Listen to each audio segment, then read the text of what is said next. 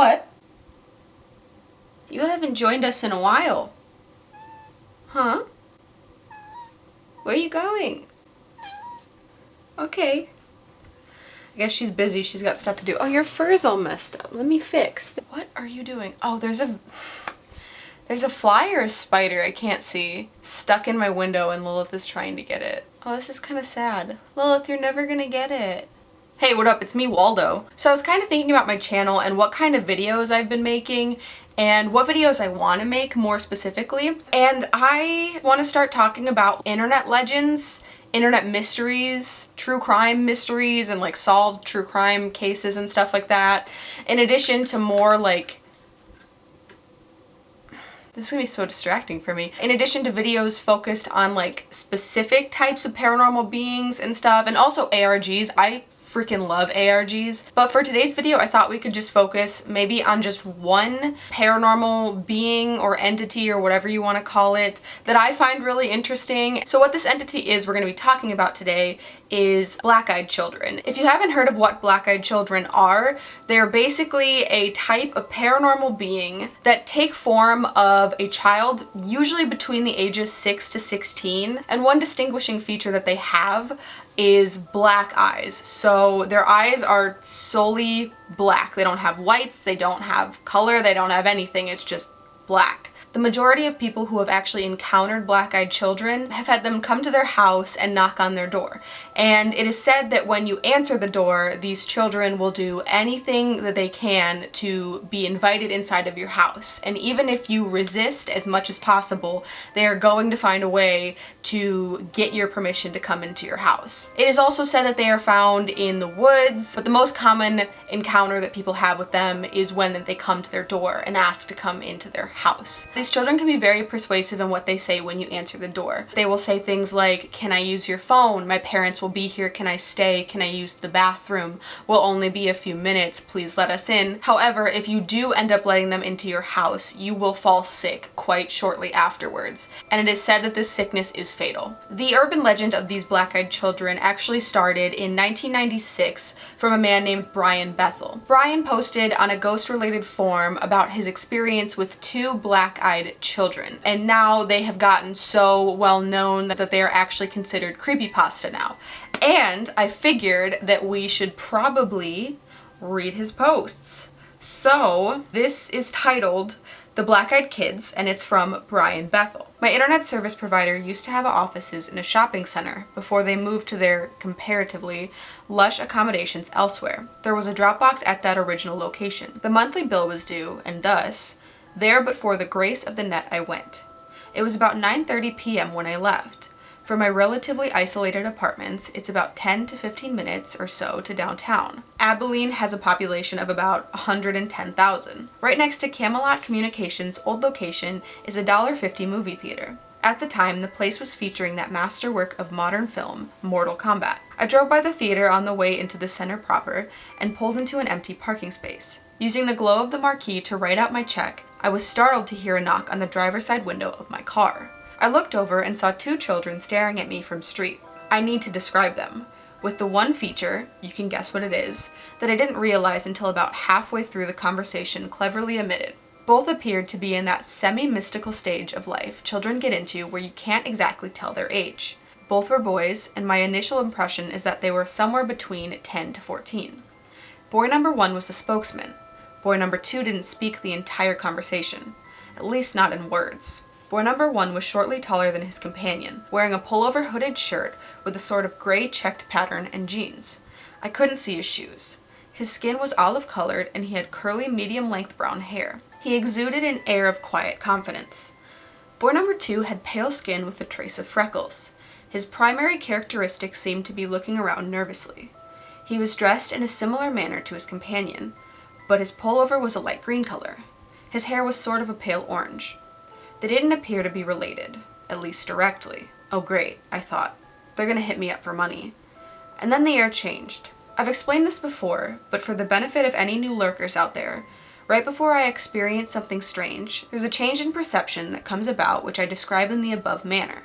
It's basically enough time to know it's too late. So, there I was, filling out a check in my car, which was still running, and in a sudden panic over the appearance of 2 little boys. I was confused, but an overwhelming sense of fear and unearthliness rushed in nonetheless. The spokesman smiled, and the sight, for some inexplicable reason, chilled my blood. I could feel fight or flight responses kicking in.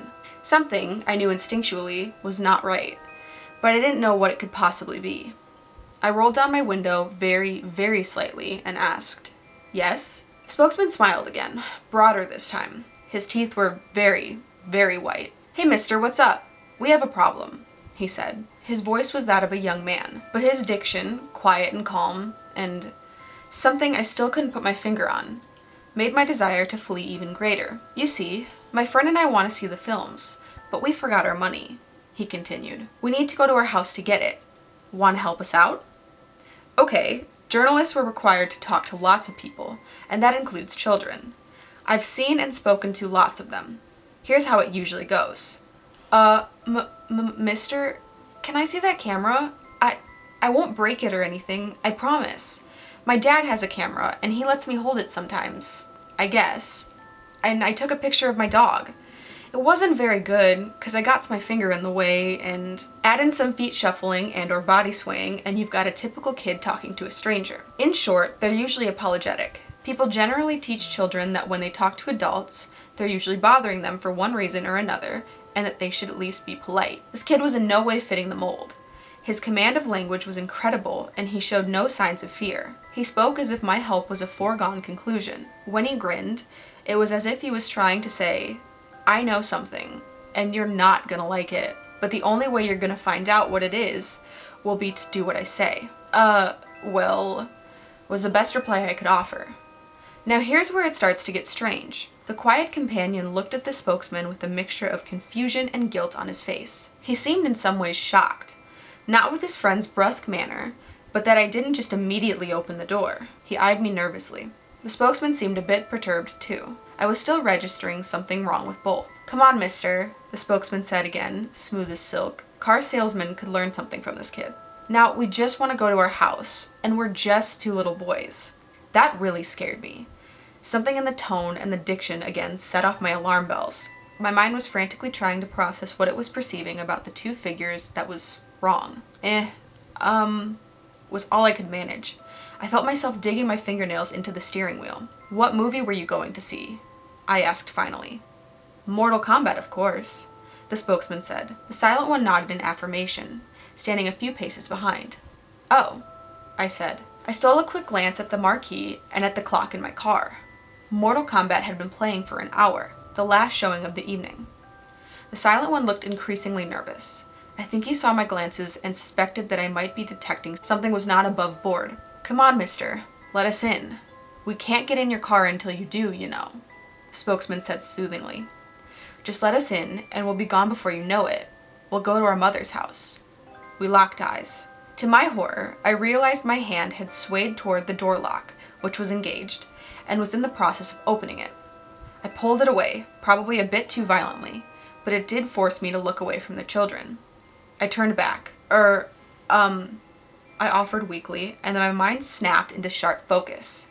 For the first time, I noticed their eyes. They were coal black, no pupil, no iris, just 2 staring orbs reflecting the red and white light of the marquee. At that point, I know my expression betrayed me. The silent one had a look of horror on his face, in a combination that seemed to indicate A, the impossible had just happened, and B, we've been found out. The spokesman, on the other hand, wore a mask of anger. His eyes glittered brightly in the half-light. "Come on, mister," he said. "We won't hurt you. You have to let us in. We don't have a gun." The last statement scared the living hell out of me, because at that point, by his tone, he was plainly saying, "We don't need a gun." He noticed my hand shooting down towards the gear shift. The spokesman's final words contained an anger that was complete and whole, and yet contained in some respects a tone of panic. "We can't come in unless you tell us it's okay. Let us in." I ripped the car into reverse. Thank goodness no one was coming up behind me, and tore out of the parking lot. I noticed the boys in my peripheral vision, and I stole a quick glance back. They were gone. The sidewalk by the theater was deserted. I drove home in a heightened state of panic. Had anyone attempted to stop me, I would have run on through and faced the consequences later. I bolted into my house, scanning all around, including the sky. What did I see? Maybe nothing more than some kids looking for a ride, and some really funky contacts.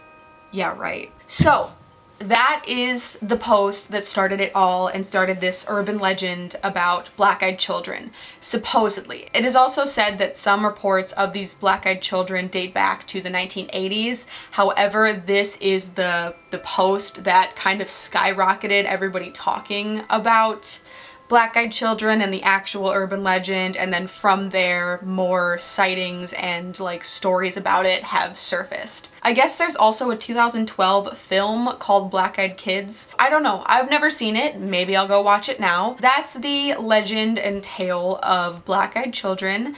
Let me know what you guys think of them. The part I personally think is the creepiest is the fact that you have to give them permission to come into your house or car or just any personal space, I guess, and without it they can't enter. What do they do? What do they do when they're in your house? I hope you guys enjoyed this explanation and reading of black-eyed children. If you guys want more videos like this where I just kind of focus on one entity, or like I said earlier, like an ARG or something, please let me know. I'm open for suggestions as well. That all being said, I'm gonna go now.